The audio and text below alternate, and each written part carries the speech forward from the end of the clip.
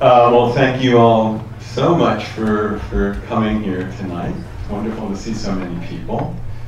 And Amy, thank you so very, very much for joining us tonight. It's really a thrill and an honor to be on the stage with you. Everything Elaine said, I would just echo. You're such an extraordinary writer, and the characters you create are unforgettable, and the themes that you weave are life-changing. And so I honor you as a writer, and as a human being, I adore you. So it's great to have you. I thought, so there are kind of two threads that I want to talk about broadly speaking tonight. One is travel and one is writing. Interestingly enough, since I'm traveling writer. But I thought I'd begin by asking you about your recent travels, or the travel that's really touched you the most deeply recently. Well, there was a travel that I did for the National Geographic article, but that was a while ago, where I went to a Dong minority village in the Forest Province in China, the most remote, and spent time cumulatively about 3 weeks. And I was following a fire that had burned down a fifth of the village, and I spent time talking to these people about the fire and how it affected them. Just eating meals with them 3 times a day, risking giardia and eating things like raw fermented pork. This is how you get stories. You have to take risks like that. But getting to know these people, I think that's, for me, a big part of it. More recently, we were talking about, I've been to Easter Island for a wedding up on a volcano with Mark Moffat, another travel writer, or he's a E.O. Wilson fellow who also writes about ants, but he travels around the world. Raja Ampat last year, which is in Indonesia, where you have the greatest marine biodiversity in the world. And that was for my 60th birthday. And it was because I wanted to discover something new. Now most people, they think that means rollerblading, and discovering you can fracture your skull. But for me, it meant actually discovering something new, egomaniacally, that I discovered new species. And I was with 3 people who discover species. That is what they do. 3 biologists, one of whom had discovered the walking octopus. So, marine biologists, 3 biologists, and I discovered something. I had, my people there who qualified me, Mark Moffat. I found the ugliest ant condo tree for a tree ant that he had ever seen. And I said, I'll take it. I found something new. I discovered something no one had ever seen before. Wow. But that is what you do when you go traveling. Doesn't everybody want that rare experience where you find something no one has ever seen before? Whether it's in a rare location or a location that many people have gone to. You'd be the first to notice. So what was it, the ugliest ant? Well, it's a tree ant, and way high up at the top of the tree, they build these nests, and it looks like a huge, like a hornet's nest. And this was hideous. It was, leprosy kind of nest, and it was, I'm sorry if you have leprosy. You never know what people have. The phones are ringing already. Sensitive Amy damage. So it was way at the top, and we were getting off a place where there had been headhunters, and this is a part of Papua New Guinea where they had headhunters there. So. What was it named after you? Amy's ugliest tree. Yeah. Kind of a nice thing to have. I'll have to, what it means is I'll just have to go back again, keep looking for those species. Right. So, yeah. You said so many things that already raised so many questions in my brain, but to go back to the China trip, what was the genesis of that trip? How did that get started? I went there, I went to this place called D-Men. A friend who was turning 60, and we went there for her birthday, and I just thought this is Shangri-La. You look at a place and you say, this is a beautiful place where you have to go 12 hours by car, bus, or whatever over potholed roads, and you go way up high in the mountains and you see all these terraced rice fields, you keep going, and then you're in a place with people who are unlike anybody else in the world. And when I saw this place, these rooftops and the beautiful, you know, land, and it was a singing culture. They sing their mystery. I mean, what is not to love about this place? And I said, I want to come back. And then National Geographic came around and said, do you want to write something? They said, no, I'm busy writing this novel. And then I thought, wait a minute, I could go back to this place. So I said, let me think about this. Well, in between time, a fifth of the village burned down. A man was his father, this old man, he was sleeping, and they don't have any electricity, so he had a pan of fire, wood chips, and they were burning, and his book fell into it, set fire. He burned up, and fifth of the village was burned, and these people all banded together, some ripping down their own houses to create a fire break. And there were people at fault based on Dong Code, the sons of that man who didn't take good care of him. And one of the sons, the only one who didn't run away, was banished to a cowshed several miles away. And this was a story, you know, at first they said, oh, the beautiful place. And then I thought, quite selfishly as a writer, oh my God, this is a story. Yeah. You know, sometimes out of these terrible tragedies, there's a story, but it's also, I thought, a moment to really preserve, because this was a community coming together, and they had a lot of reasons why they thought the fire had happened, personal culpability, as well as carelessness, but also a kind of feng shui problem that had been curses caused by inappropriate behavior over the century or something, and they had to get to the bottom of it by sending ghost horses, horsemen on ghost horses down to the 23rd level of hell, the underworld. They sent horsemen on ghost horses down and they went into trances, and you're there, and if you live there long enough, you believe this stuff. You see this. It's yeah. So I kept going. Did you go on that journey down to the 23rd? No, it's very. You have to be very skilled at this. Actually, it's. You know, like you're not going to be a jockey in a racehorse just because you think it'd be fun.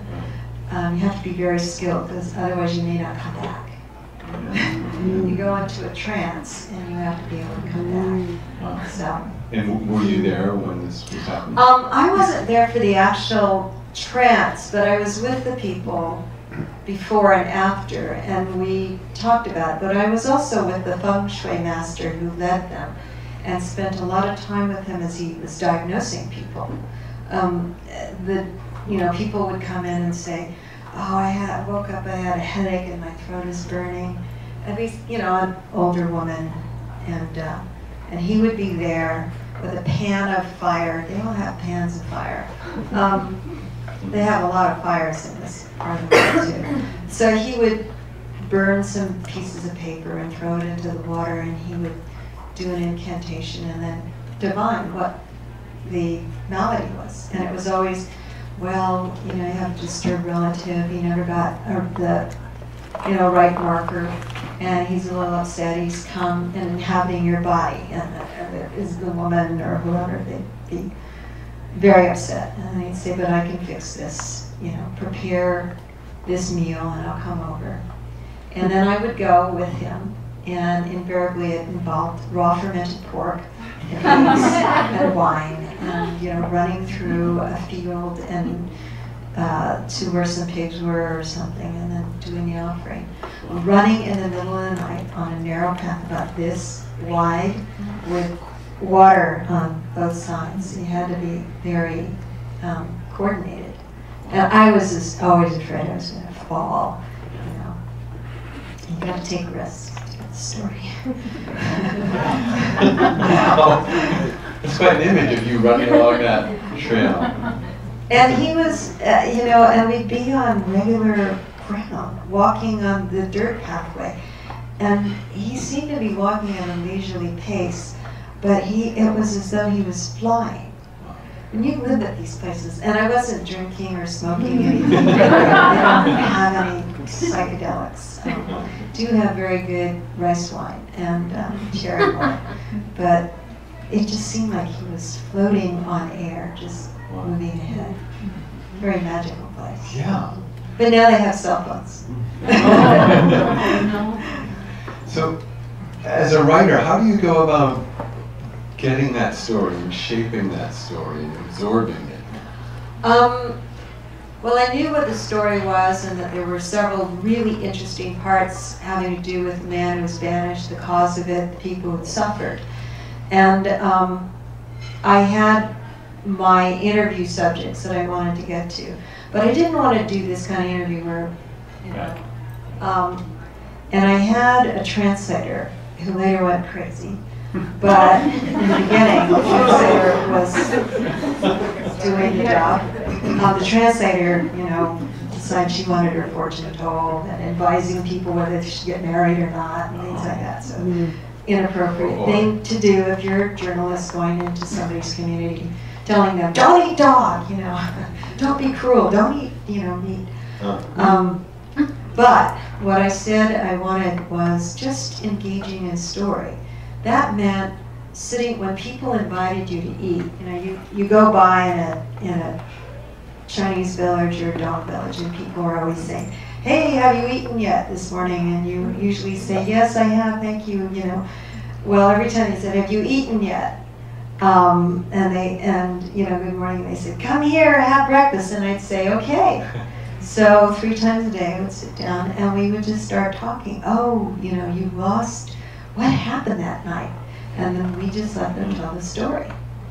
And it was always with a lot of sympathy. Our thing was not to say, how many ducks did you have before, you know, it was, oh, this is terrible, and then you lost the things your mother was going to leave you, and all of the jewelry, and what does that mean, you know, to, I mean, your daughter, and we just get into that, and that was the hardest story, really, to know what this village, the heart of the village was, the community, and their own history, individual history.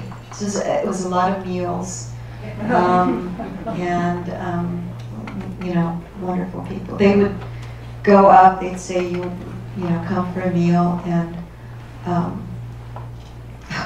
they would do the most incredible things. One said, you know, I'd like to cook a fish lunch for you. I said, no. I said, it's going to rain. We were up on the mountain, and they said, no, it's not. We can do this, you know. And he went over and he pulled the plug out of the field, the rice field. Now they are like dams, and they have a plug in there, and if you pull the plug out, all the water comes streaming out, and it drains, and there are about 350 fish flopping down there. And you then have to gather all these 350 fish and preserve them that night. So I said, no, don't do that. And finally they, you know, plugged it up, and they kept saying it's not going to rain, and then, you know, drops are falling, and they said, no, it's not going to rain, you know, and I said, and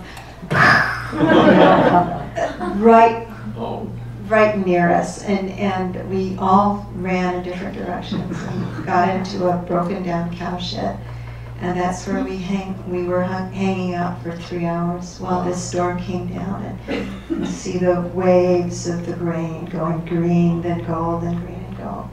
And I heard this man say, first he said, I blew it. This is all in Chinese, you know, the Dong accent. I blew it, I really blew it. This is the most important moment of my life, and I blew it. And I was like, how did you blow it? He says, well, you're here, and I wanted to make lunch for you. I said, no, but we're here now. And I said, well, you can make me dinner. And he said, oh, okay. So then we just talked for 3 hours. Yeah, it was fabulous. Such wonderful people. And then they would make me dinner. They go up to the mountains, chop vegetables, come back, the most delicious food. I told them I was vegetarian, and of course that vegetarian does not include pork. I said, no, it's okay, it's just pork. I finally had to tell them I was a nun, and then they understood. And then they understood. Yeah. Wow. Wow. Are you, in these conversations, are you taking notes? Are you recording? Are you just mentally? Both. I was recording and, a tape recorder, and I also had my phone that had video, and I would be, recording it that way. So audio, video, and then in my notebook. In fact, I brought 2 of them, just Really? so you can see what, I would love, yes. Hang on. That'd be wonderful.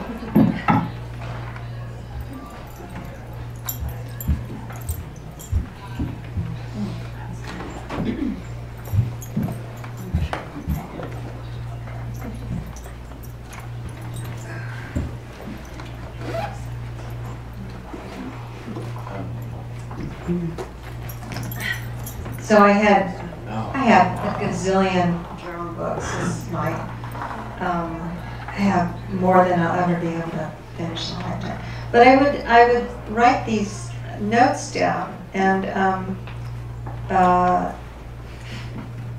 here's the feng shui master about illnesses.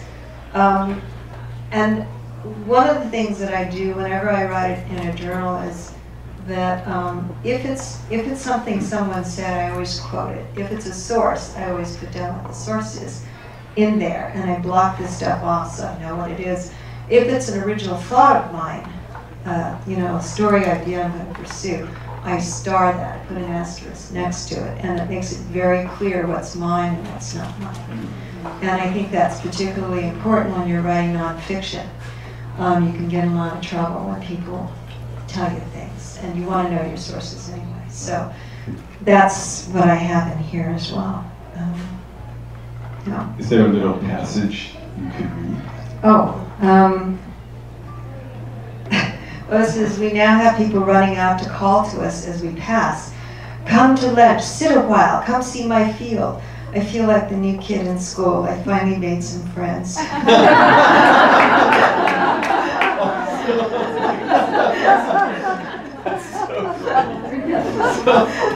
That's really great. Would you be writing in this constantly during the day? Would you sit down at night? Both, I'd be. People knew that I was there as a writer, and I really had to make sure there were certain people, the elders and the school teachers. I really had to let them know that that they could trust me, and I made it a point also not to ever look at the story in an ethnocentric way, where I would say, they have these strange beliefs or these superstitions. I never called them superstitions. And the teachers they called them superstitions to test me, to see if I also thought they were superstitions. And I just said, well, I don't. He said they're superstitions. I said, yeah, but they're everybody has beliefs that others don't agree with. So, and I think that was important to get the trust that people would, and they were very happy with the article later on. They didn't think I had misrepresented them, and they felt very proud. Wow. It was a difficult story, to talk about a feud going on in a village. Right. So what was your, I have so many overlapping questions. What was your goal? What ended up being your goal in writing the story? I wanted to capture a moment in time in this village that also, in essence, captured a history of this village at the same time. And it had to be personal, a personal story, where I was in the story, but not too much. I would have a relationship with these people. The story had to do with what they shared and what the belief they shared and what could fracture their community, and what had caused this rift with nature that allowed this terrible tragedy to happen. And it also had to do with the Dawn Code of Responsibility and what that means, which I think is very just. They were they banished the man, but you know, who would want to stay in the village with everybody hating you? And he could come back after a while, and they didn't banish him that far away, so his kids could still walk to school. But it's also very sad. His 14-year-old son ran away and went to work in a factory in Guangzhou because he couldn't take the pressure. So there, you know, it's a combination of the real lives of these people. What average income per year is something like $70 a year per family. Wow. You're talking about extreme poverty. And so knowing what that life is like, knowing, you know, you could say, oh, it's a beautiful life, and it is, it's gorgeous, and they have their song. It is an incredibly hard life. I wore 7 layers of clothes during the winter, and I was freezing the whole time. In the summer, I was perpetually hot and sticky, and I slept outdoors. I couldn't sleep in, you know, I had my mosquito tent, and I just slept on the ground, because it's too hot to be inside. But, you know, they're used to this. But my thing was to be there and not complain that much. How long total were you there? Well, I went on 3 occasions, and I'd say all total I was there for over 2.5 weeks. You know. And I keep saying I'm going to go back, and I should, because I made some really nice friends there. And I ask about them, people who go there, you know, to find out how they're doing. And, oh, their house has been rebuilt, it's better than ever. And, yeah, so I find out. It's changed so quickly. I mean, the first year I went, there were no cell phones, for example. The next year, there were 1 or 2 people had. The next year, you'd see the person with the buffalo cow, and they're tilling land, and then you'd hear this horrible ringtone. You know, and then, you know, they're calling their wife up the field above, come on down for lunch, you know, and they have a terrible ringtone. So, yeah, but that's good, you know, because before they had phones, there was no way they could call for help for a fire. And, you know, and I think they did have 1 phone where they were able to call it out. It's still a long way up to that village, but, you know, this was important. How much material did you gather in those 2.5 weeks? Oh, tons. I mean, I could write books and books about this place. But, you know, you end up because it's forced on you by National Geographic, you only have so many words you can have.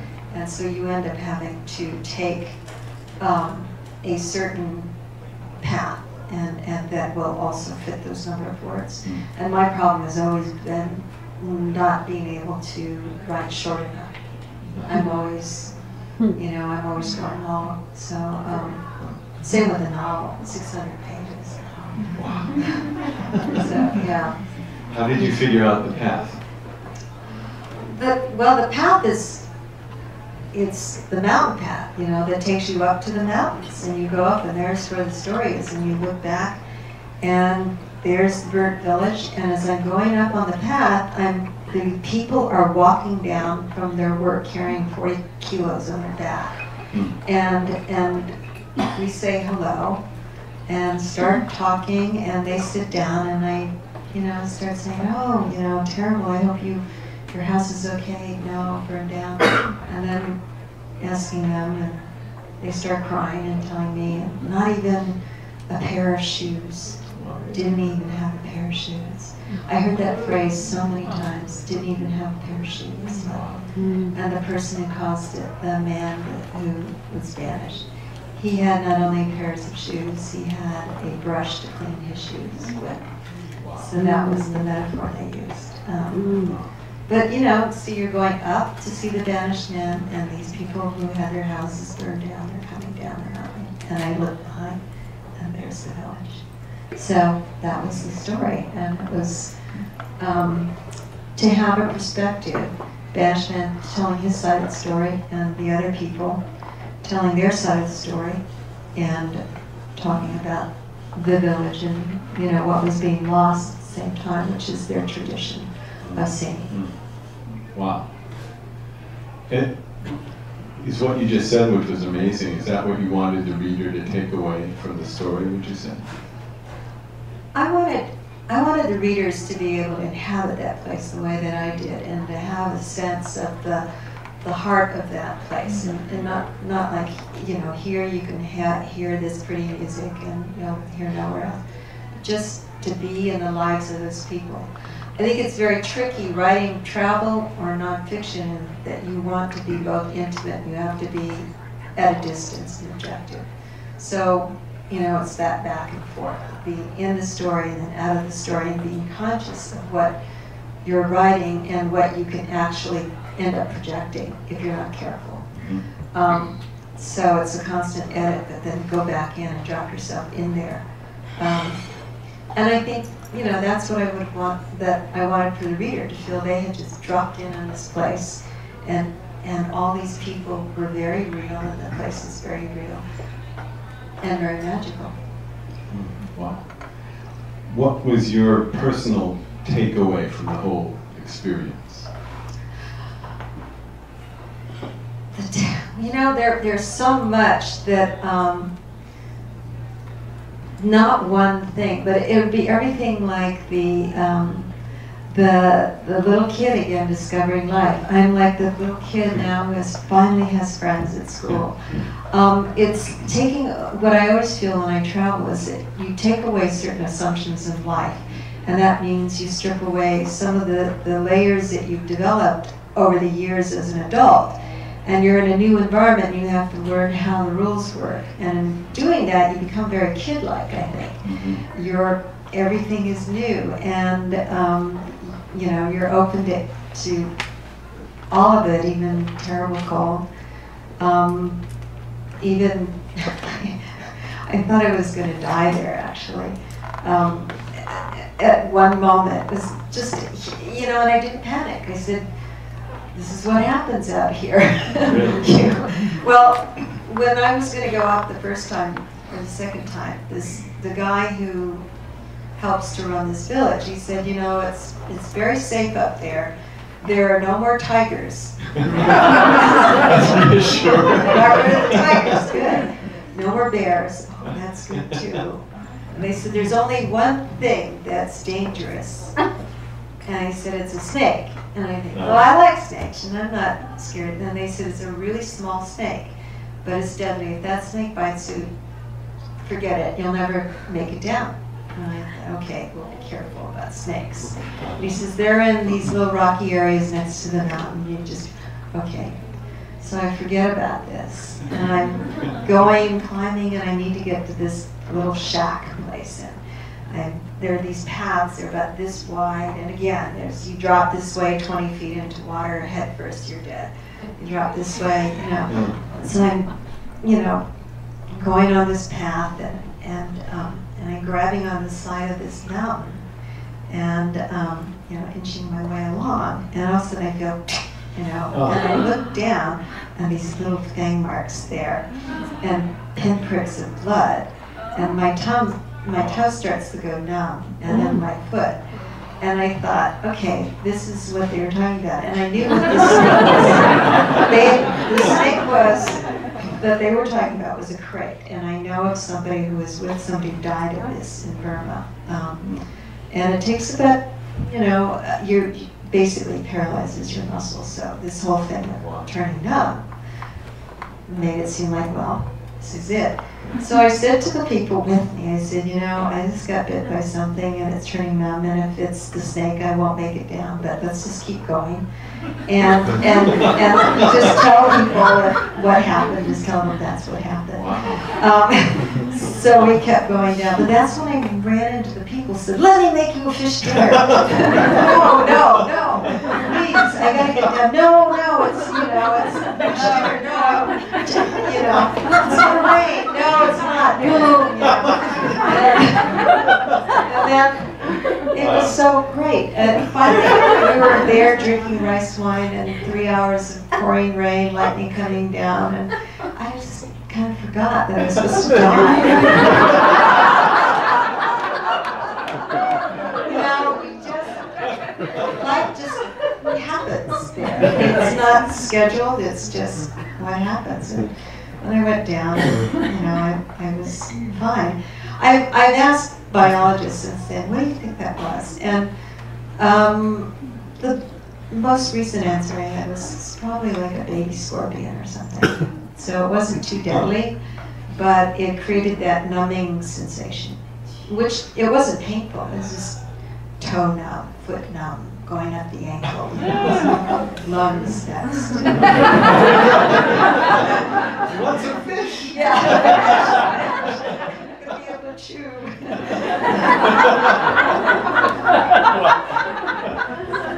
What could you do? I mean, we could go out, I could be electrocuted and get it over with. I don't know if you've ever seen lightning that close. It is, and you do not want to stand in the water. Right. Because, and we were high up in the shed, the boards were breaking. It was so rotted as we were crawling across to get in the rafters were breaking, and we're kind of hanging on. But you did not want to stand in that field. Wow. This sounds like an Indiana Jones. Yeah.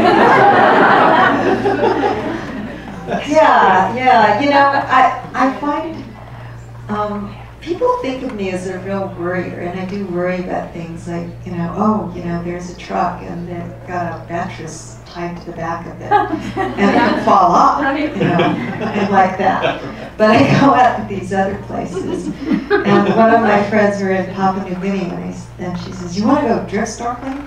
I said, "Sure, why not?" And we end up nearly killing ourselves, And then, "You want to do it again?" "Yeah, sure." So I used to be terrified of snorkeling, drowning, all kinds of weird things in there. I was in the water constantly, and when somebody said, "There's a shark around the corner," I just ran, and I swam over to see with the shark. I was just, we were all, everybody would say, there's barracuda over there, and everybody would just go over as fast as they could so they could see it. Or I'd be swimming, and then it would be right in front of me. But that's the kind of thing that's so different from life. Here, I'd be scared of mattresses falling out. But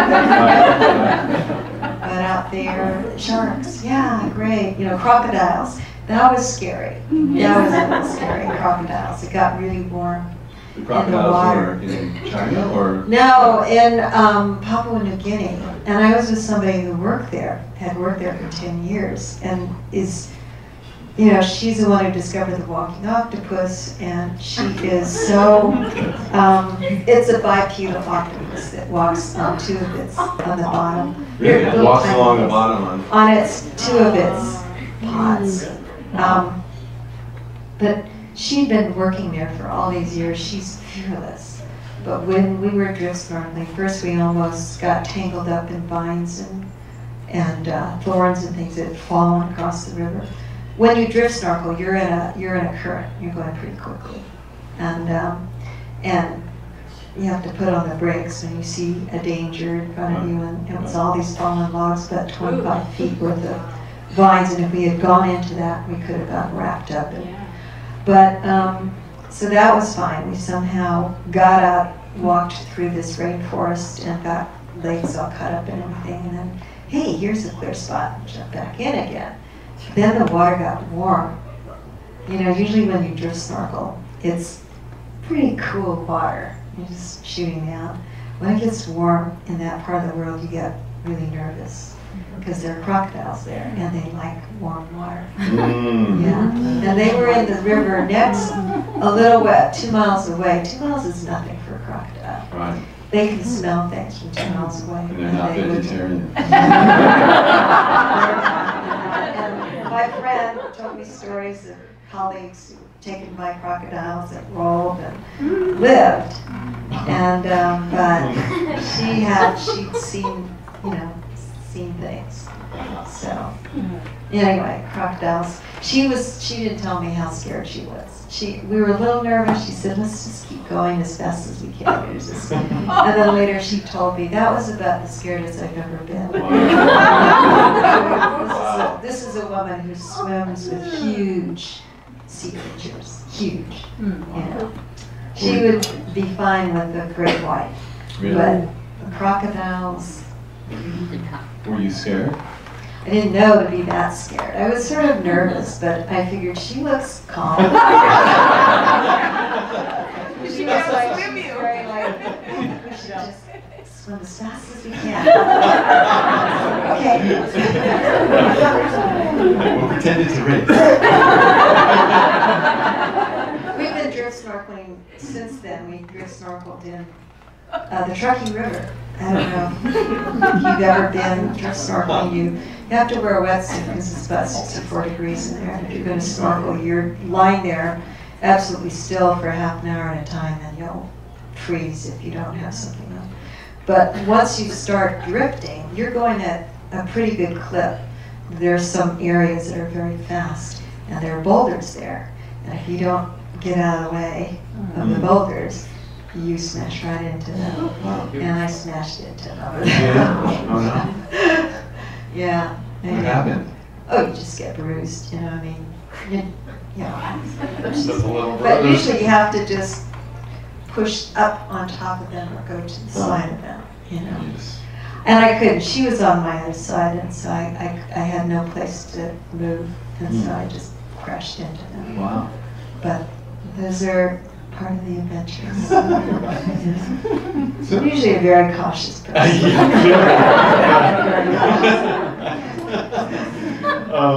We're going to a place with crocodiles again.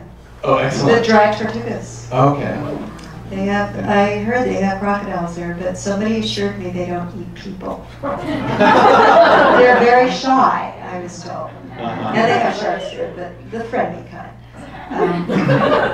Sharks are really actually not, you know, there are very few sharks around the world that actually attack and kill Right, people. right. And a lot of attacks are because people are kind of stupid wearing their diamonds, you know, and flashing things and trying to do weird stuff with them.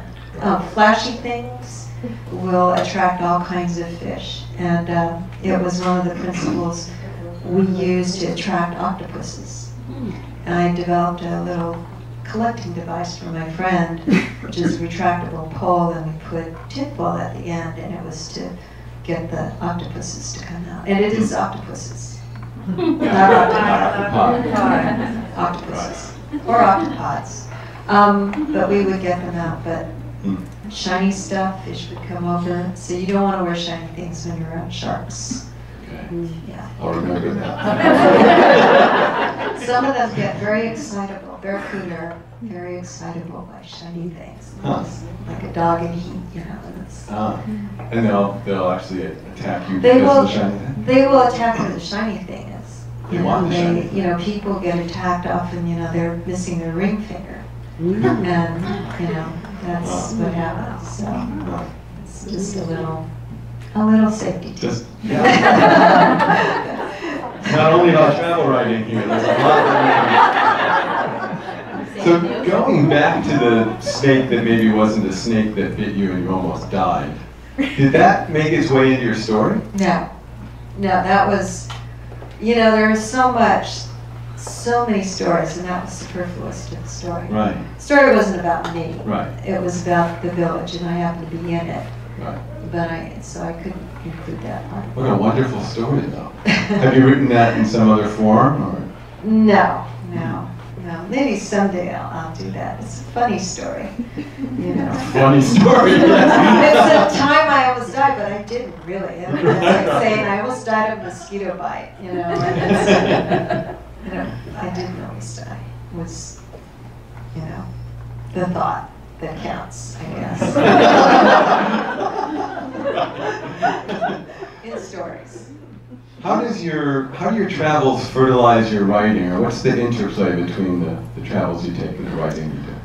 Well, it's like what I said before about you end up getting stripped of the assumptions of who you are in that place. You know, and a lot of it has to do not just with, you know, assumptions of safety and what foods you eat, but who you are. People don't know who you are, or, you know, they just approach you on the basis of, are you trustworthy, are you nice, are you friendly, are you, and so you get to start over again, in a way, with these new people in a different culture, who may be assessing you in different terms, but also in universal terms. So the discoveries are always there about human nature, and I write these notes down, and some of them make it into my stories, but they don't have to be a story about that particular place. It could simply be the way people are everywhere and what they say to one another. So for example, somebody may say, certain jewels are very lucky, and you would give them to somebody. Well, somebody believed to give a lot to this person because that way they would get a lot of luck in return. And you think, oh, how does that work here? Would anybody, Dawn, I think you're lucky, here, have my jewelry. Right. The different ways that we think about luck or good karma, so it goes back, it's different, but it makes you think about what is this inner exchange of luck, greed, or honesty, or any of that. You see it in a culture in a fresh way.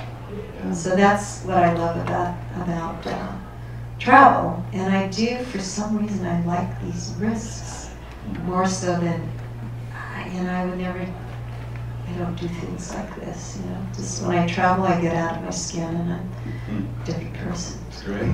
Yeah. When you come back, do you bring some of that different person with you? No, I think like a lot of people, we come away with a different, parts of our consciousness incorporate some of that, but no, I'd have to wait for you to, hey, Amy, have you eaten, No, I'm not sure. Some of it is just gets incorporated naturally, but no, I don't take on their whole, that whole belief system. It's very specific to where it is in that community.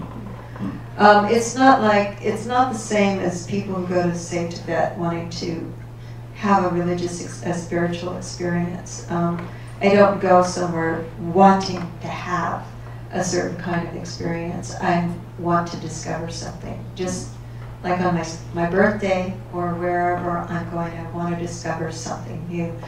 And it's with this, it's probably a narcissistic thing to say, well, I'll discover something no one has ever discovered before, or seen, or thought about before. But it's probably not true.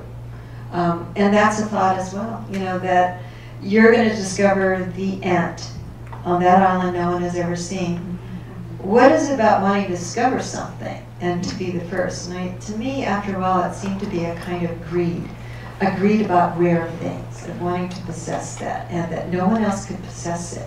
And when I started thinking of it that way, I thought, this is very interesting, about thinking of the rare things. Now, I don't need to have rare things that no one would see, although it helps not have trinket shops nearby.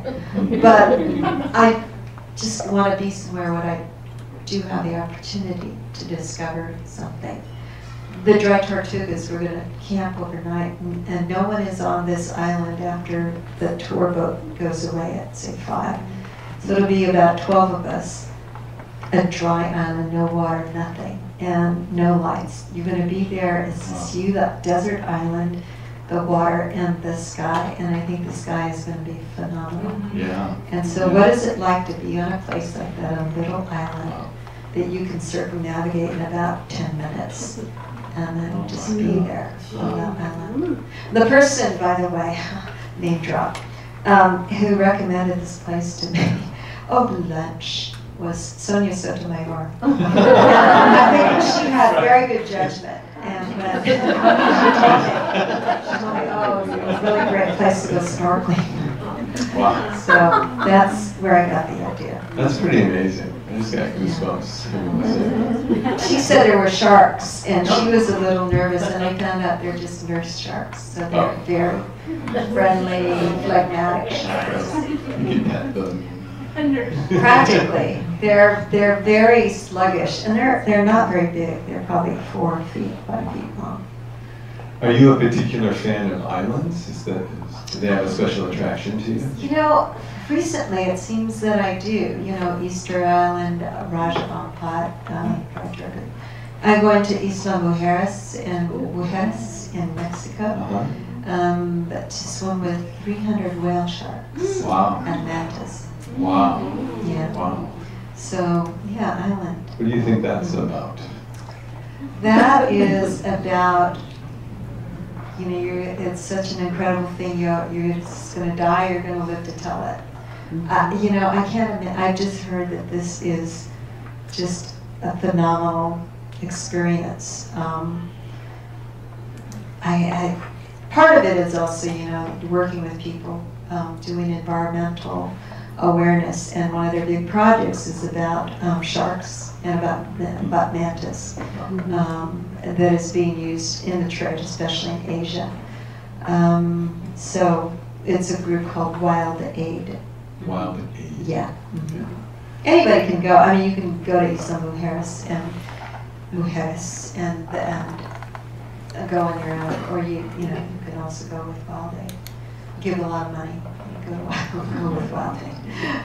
Are you thinking, when you plan this, are you thinking you're going to write about it? No, you know, I haven't thought that I'm going to write about this, and it doesn't figure in any of the books that I'm working on.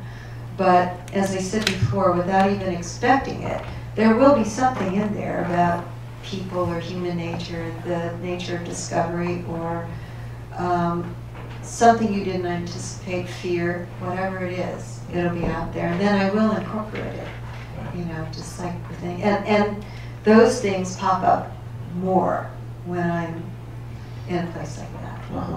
And beauty. I mean, when you're in a place of beauty, you're going to notice things, and you're going to feel that your vocabulary is so inadequate to describe this. And then you'll have to tell a story that illustrates it. Right. And I'm thinking that probably the more you risk yourself, the bigger you become, and so the better writer, in a sense, you become. Do you think? I don't think you become a better writer if you well, I guess if you're talking about, you're not talking about physical risk, or you're talking about risk. I mean, yeah, the mind risk. I think so, because you're entering into territory that's new for you, that's not safe, where you really have to push a little.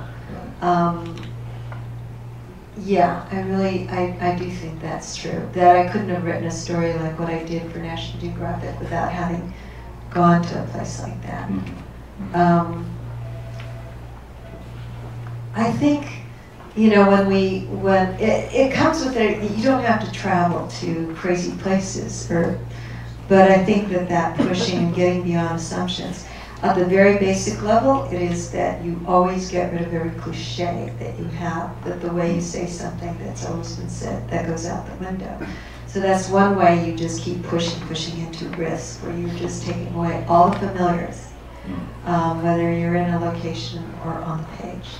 Cliches are so insidious, I don't think that most people recognize them until it would be great to have a group that just sits down and goes through pages, maybe not your own because it's humiliating, you know, but some other article, and just start circling all the cliches, or the way things are always said, you know, the way people always express something. And then you know this person is inhabiting the same place without ever having been there. Right. Yeah. Exactly. That kind of anticipated what my next question was going to be, which is, so at home you're afraid of the mattress falling off the truck. You go out into the world and you're swimming with crocodiles and sharks. Is there a literary equivalent of that risk-taking? When you get into the page, are you suddenly liberated and you're taking risks? Oh, I think every time I sign a contract, I feel that way, that I would die. I suddenly feel that I've committed to, you know, it's like being thrown into deep water and somebody says, you can do it, you can paddle, shore is only 12 miles away. And I get this clutch feeling, you know, and then I have to get rid of that. And through moments of writing, I often feel that moment where I'm never gonna be able to do this, and then I have to get over it and just say, okay, you're gonna do it. So yeah, that happens, and I think I would say that is far scarier to me than being in a place with sharks. Sharks, it's just exciting, and hopefully you don't lose, too much, but that's just all adrenaline and excitement, and you know that after a while you're going to get out of the water. With writing, you don't know if you're going to get out of deep water. Right. You're just paddling, and you're getting scared sometimes that maybe it's not going to take you anywhere. Yeah. So I just signed a contract for 2 books. Really? I don't feel, I think that maybe it is a matter of getting older, in part, that I don't take certain things as seriously. I never was able to read reviews of books after my 2nd book. It just devastated me. The good and the bad. Nobody really understood what I had written. And I would say, oh, they think the book is about this, it's terrible, And now, I had to read some reviews in order for them to put them up on, something. So I read a review, advanced review, and it was great. But I went to Goodreads, and they had all these, I thought, how the hell do they have? How can they review this? The book is not out. Well, these are people who somehow got these advanced copies, and there was this, the worst review was from this woman and said something like, "No, thank you, Ms. Tan. I didn't read this to learn all about the inner workings of a courtesan house, nor did I want to know all about what sex is like in a," and she goes on and on. I say, thank you. Anybody who reads that, I get a lot of new readers.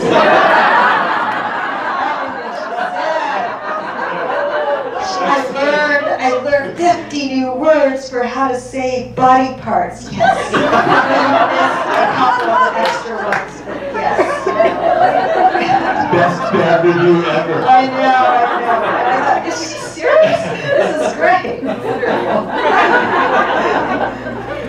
So, yeah, so now you're not. I can laugh at, these days, I know what I've written, and I don't think it's perfect. I know the reasons why I wrote it, and no one can take that away from me. And yeah, things will sting, or I say, what? They liked it, but for that reason? And then there'll be these funny things that just really make me crack up. You have to wonder about that person's life. She couldn't stand 50 new words for body parts. They weren't nasty words either. They were like the word stem. What do you think the word stem means? When a woman is talking about a man's stem. Well, okay. No, it wasn't really, it wasn't that dirty, was it? Okay, guys. It is a fabulous, sweeping novel. You're going to learn a lot about it. And it is the best sex I've ever read.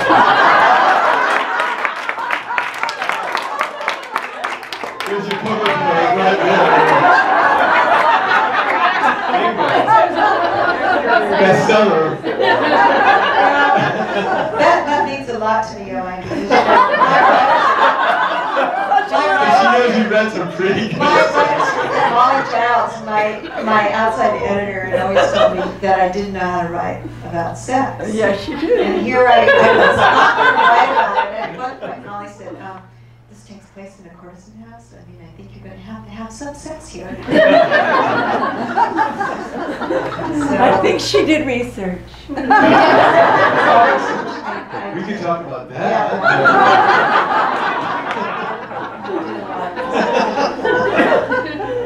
Now, talk about, that is a risky place to go. And I think people who write it badly don't realize how risky it really was. Because you really have to, it's an experience that everybody's had in a way, but to try and capture it in a literary language is fraught with peril. You could really blow it, make it so sappy.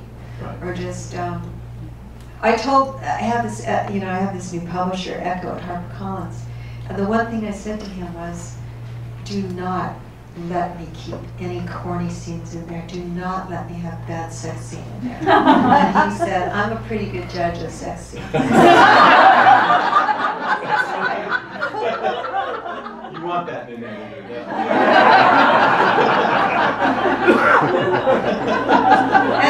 and he, you know, he's a poet too, and he was good.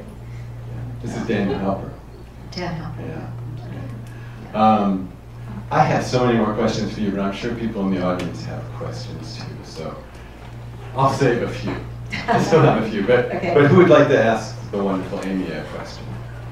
Quick question. Is it too late to change the title to 50 Shades of Red? Well, Not my red. joke was 50 Shades of Tan.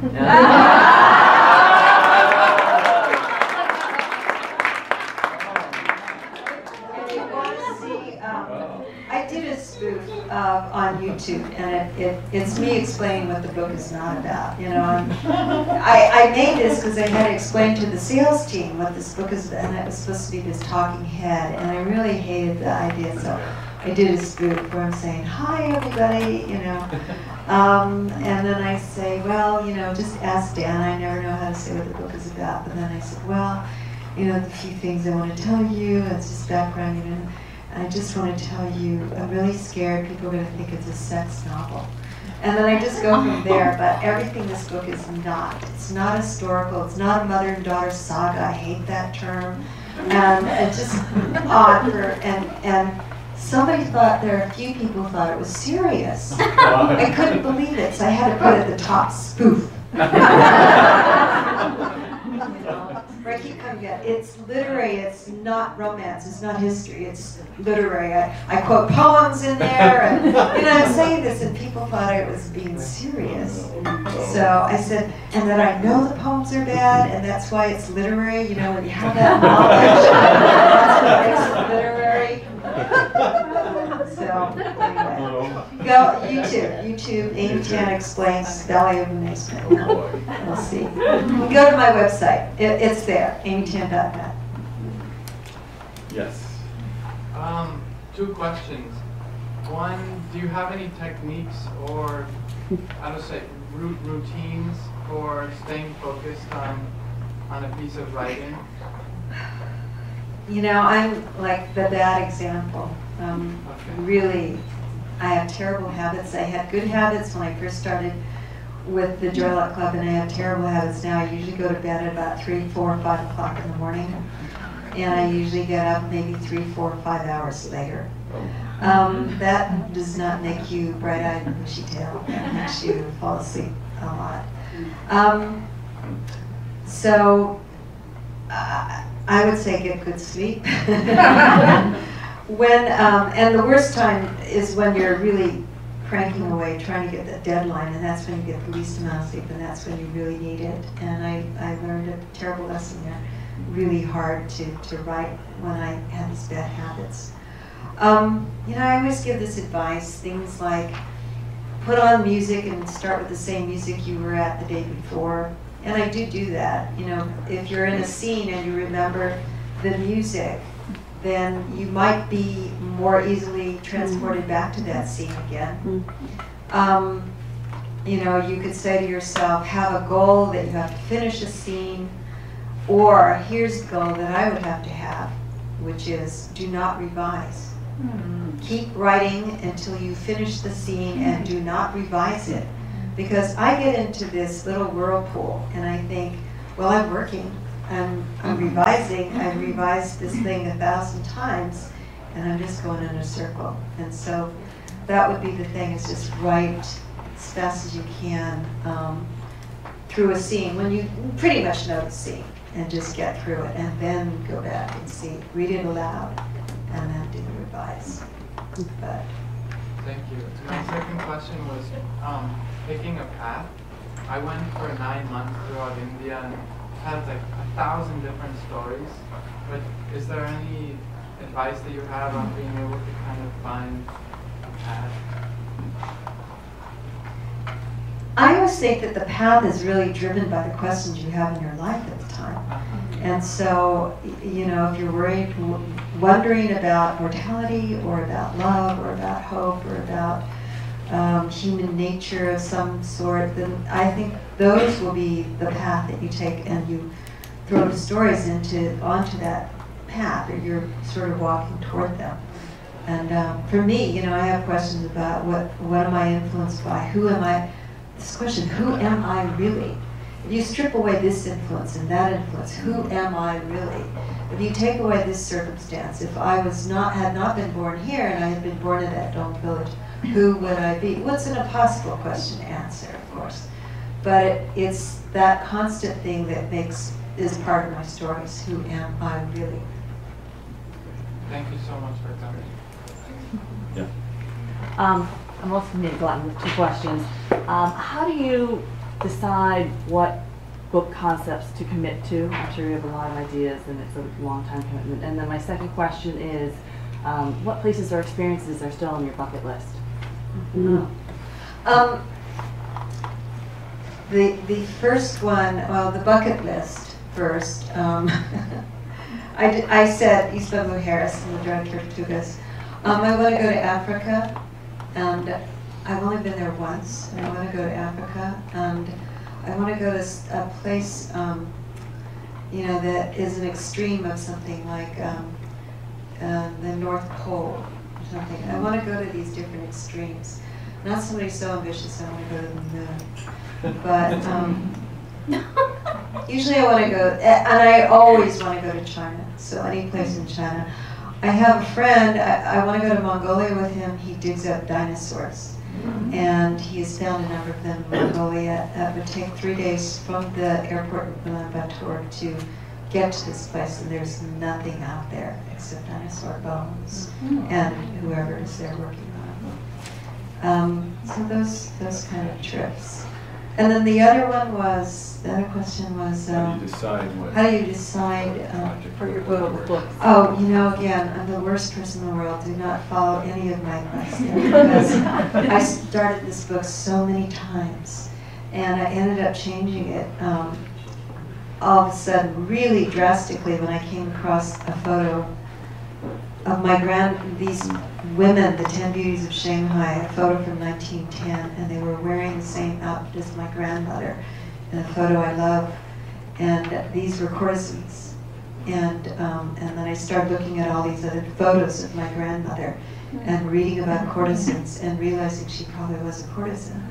And I ended up just starting the book over again, and I set it in a courtesan house. The story is not about her, but I needed to know, again, this question, what if I had been born during that period and for some reason, somehow I got cast into this world, who would I have become? You know, how pragmatic would I have been? How strong could I have been? Or, you know, I just think this was the normal life, the usual life. Would you ever think that? So I get dragged away by whatever currents are out there in my life very easily. This time, however, I'm hoping that I get to stay with the story, and I have the story in my mind. I even have a title. The first time ever I have a title before finishing the book. It's called The Memory of Desire. The other book, I have a nonfiction book, and that's coming out next year, and that's called About the About. And that came about because my editor wanted to know what the book was about. I'm the editor, and I said, it's so hard for me to answer that question. And I wrote him a 4,000-word email about why I couldn't tell him what the about was.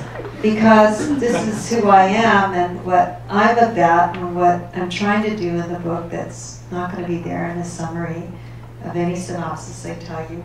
And he loved the piece so much, he said, I want to publish this. And he wanted to include other things. I don't know, he said he wanted to include our emails. And when he said that, it just shocked me. It was like he was, you know, I said, you can't do that. I mean, that's private. And then he said, no, these emails are really good. These are great. And he said, because then people get to see what it really is like to work with an editor. and what questions you have and what problems come up and what you're trying to solve. And I thought about that, you know, I thought, well, I guess that would be good in a way. But there, you know, I have to look back and say, is there anything embarrassing in here? Or, yeah. So he is, I keep saying, Dan, when are you going to tell me what you want this book? We're publishing next year and you haven't even told me. He says, yeah, and then, okay. You know, are you including emails? Or I guess he thinks we have enough stuff. So he's, you know, I said, if you're telling me I have to turn it in at the end of summer, we got 1 month to go. And I'm not cramming, you know, I'm not going crazy trying to write this thing, so you better tell me. About the about. Because, you know, what's the book about? And so I just said, well, about the about. Here's what it is. And it wasn't crazy. It wasn't meant to be the title, but I just, this is about the about. And then I was trying to think of a title for the book. And then later on he said, well, I kind of liked about the about. I said, well, I kind of liked it, but it just seemed too weird. I don't know. Is it weird? How many people like it? Love it. It would have us up, you know, about, you know, what about writing or something. About, yeah. Yes. Simple question. How can we find the story that you were telling us about, the National Geo story? The National Geographic story. It should be online. It's you can find a bunch of stuff on Byliner, byliner.com, BYLINER. And if you look underneath, they have somehow they gathered all the pieces that I've ever written that are out there published. And one of them is the National Geographic article. And what's its name? The name of the article is, what was it? Don't remember. George, John, tell me. We could look it up on Byline. The world of something, world on fire. I don't know. We'll look it up tomorrow. Yes, we'll Okay, find it. thank you. We'll let you know. Thank you. Yes. Well, thank you. You would have been embarrassed, but I can't remember. Yeah, well, Okay. it was about being bitten by it. Yeah. Bit by fly. Scorpion bite. Yes. Hello. How does your process differ when you're writing fiction versus nonfiction, or personal experience versus something that happens in the past? Well, National Geographic is very different from writing a memoir of another sort. You know, I have a different responsibility, journalistic standard. I have to go with an article like that. With myself, if I'm just writing about, you know, myself, then I write very quickly. I mean, that's why I think my editor thinks he can just put this book out, because when he asks me a question, I send back 4,000 words in an email, and I did that pretty regularly. And then I found out later that he would just throw some, you know, I haven't heard from you, and he'd throw some question out so he could get some more email. So I write the kind of stuff like that. I write very easily, very quickly. But as long as I'm not self-conscious. The minute he said he was thinking about that, you know, then I would write, no, yes.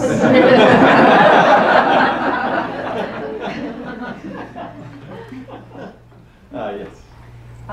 Are you still with this Dykstra agency in San Yes. Diego? And you've been with Sandy since the get-go, yeah? Yeah, since 1986, I guess, or 86. Could you just talk about that a little bit, about your relationship with Sandy Dykstra read a story. No, you know, I think it all goes back to Squaw Valley Community Writers, because I met Molly Giles there, who critiqued my work, and then she became my workshop leader outside, and then she read a story of mine. She recommended it to a little magazine. They published it. She mentioned my name to Sandy. Sandy called me and I said, no, I'm not a fiction writer, I'm a business writer. And she said, well, I really liked your story. She pursued me for a long time, and I said, I don't have anything to show you. She said, well, you should write more. She's very pushy. So finally, she called me again, did you write anything else? And I I had, so I sent it. And then from there, she just, you know, she wanted to be my agent, and she pushed ahead. She went from that to taking these stories to New York to sell them. I was a very practical person. I thought, there's no way you can. First, I didn't know she'd done that, because that's completely unrealistic, you know, to do something like that. And then when she told me she had offers, I thought she was a sham, that she was a con artist. She had shown, you know, somebody Maxine Hunkinson's work instead of it's mine. Because she, you know, everything she did was very. She's great. So we're, you know, she gave me my life as a writer. She believed I would be a fiction writer before I ever believed that. So I owe her my life, literally. She, you know, she saved me. Yeah. To piggyback on the question up here, the fiction versus nonfiction, you've written both, you've been successful at both. Which one do you like writing better, and why? And which one do you think is more viable for writers getting into writing? You know, what do you like the best, and what do you think is the... Well, I definitely love fiction the best. You know, I get to inhabit someplace that's quite different and freeing. If I were to inhabit the place I like to, I could go there, but I have to be much more conscious of other things. So this, I can do research and then inhabit that fictional place. The stories allow me to fall into a place that I don't expect, emotionally, psychologically, and that's why I like that. Whereas I think with nonfiction, I would have to be a little more clear in my head as to where I was going to go. I don't think magazines appreciate your saying, well, this week I think it's about, you know, self-mutilation or whatever. They want, yeah, they ask for things like that. They asked me, yeah, they got asked something this week about breakups, you know, and some boyfriend that I had self-mutilated himself, so letting train went over him. And so you have to be, the subject is much more, you know, delineated for the nonfiction. Don't you think that's true? Yeah. It has to be, and the length is there. Where they say we need 2,000 words, we need 800 words, and that is very hard for me to do. Right. Because when you're writing your fiction, it's infinite. And I think the infinite part of it makes it harder at the same time, because I'm a person who goes out of control. Then I don't have limits. I don't, you know, I can do these. I don't have the same kind of deadlines. The other kind of writing, the memoir writing, is different. I would say that, boy, you know, the market has changed so much from what I understand. And when I hear about fiction, they're publishing a lot of new fiction. Some of it is, you know, new people, and but I have friends who are Pulitzer Prize-winning authors, and they cannot get a contract for a new book. And that is scary. You know, people who have fallen into what's called a mid-list. It's like purgatory. So but there's no generalization. You could have the most incredible story no one has ever read, and they will want to read it. There's no formula. It's just the old, there's no new formula. The old formulas are not necessarily there anymore. So that's the thing to keep in mind. And I don't know what it's like on the nonfiction side, you know, how difficult it is, the space in magazines, you know, what they're looking at, they always go for a name.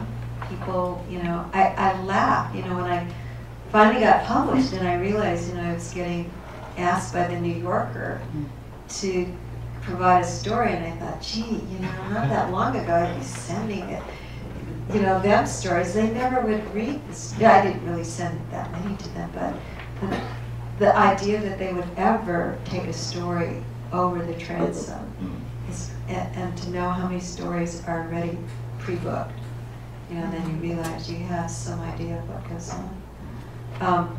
My recommendation always is, unless you've already, you know, had a huge amount of publishing success, is to go for the successes at the small magazine level. A really top small magazine is Plowshares, or the Santa Monica Review. A lot of these places, really, really good writing, and you get in there and it's a stepping stone to getting an agent, getting all that stuff, and that's where you get your jobs. So to try to go from not being published at all to trying to get an agent or to get, that is really tough. So I think getting your chops in those magazines and saying, you know, they're good writing. This magazine is small, very small publication, good writing, however, and these are my credentials, and I know them. That's great. Okay, one more question, and then I have one question. How important really is an agent nowadays? You know, I don't know of too many people who can get a deal with it. You know, your quote New York publisher without an agent. Don't you think that's true? I think that you might be able to publish something. There's a lot of books being self-published as ebooks, and clearly there you don't need an agent. And with smaller books, I know people have done directly deals with smaller publishers. But you know, an agent is, if you're going to do, and if you're going to get a publisher the way a lot of people think they want a publisher, a New York publisher, you need an agent. Agents are really, I mean, it's not just people think, well, I don't need an agent because, you know, they're going to just take a percentage. Agents really know a lot about the legal rights and things about your books. In this day and age, you have no idea what you're signing away. With all these formats coming out, you could have me in a hologram talking, being sold, and you don't know. If you don't think about that, you know, you could be sold. You're out there, you know, giving readings on the moon. You know? So agents are great, you know, for thinking about how things can go wrong. So, my last question is, for you, what's the whole point of writing? That's that 4,000 word question. One is because, this sounds really grim, because one day I know I'm going to die. And that's not morbid. That is with the idea that I want to know who I am before that happens. And that everything I write, it's almost like a diary. It's almost a recording that I existed. And that when my memory forgets, it's almost like dying, because I read something or somebody talks about a moment, I have no memory of it. And so it's like I didn't exist. I write it down and I existed, and I look at the page and it's proof that I existed and that I had these feelings, I had these discoveries, experiences, and I can recast them and write them again, and I am in that place and I'm living them and to the fullest and feeling it to the fullest and thinking at the extremes of my brain, and that is what I get out of writing. That's why it's so important to me. This has been a totally goosebump evening. Thank you very, very much.